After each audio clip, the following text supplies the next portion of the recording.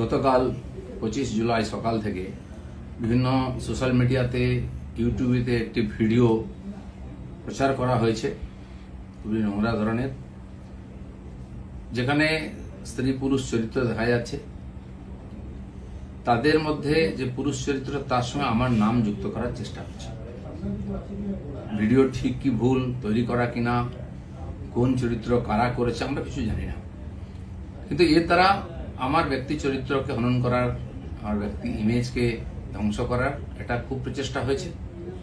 একটি ষড়যন্ত্র চলছে অনেকদিন, সেই চক্র থেকে এটা করা হয়েছে।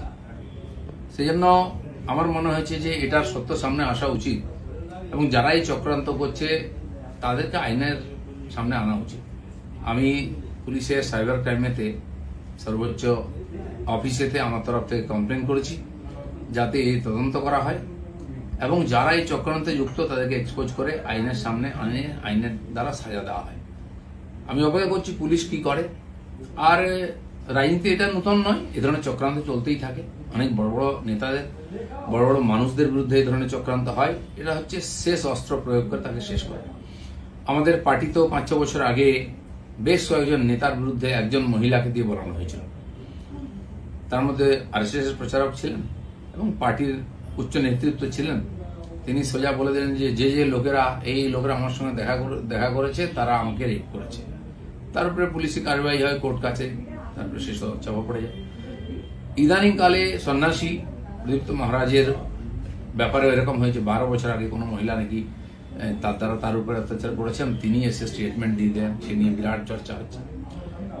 এ ধরনের ঘটনা লাগাতার হয়। আমাদের পার্টির একজন বরিষ্ঠ নেতা আছেন মাননীয় সঞ্জয় যোশী, তার বিরুদ্ধে বিভিন্ন এই ধরনের ভিডিও সিডি করে সারা দেশে পাঠানো হয়েছিল।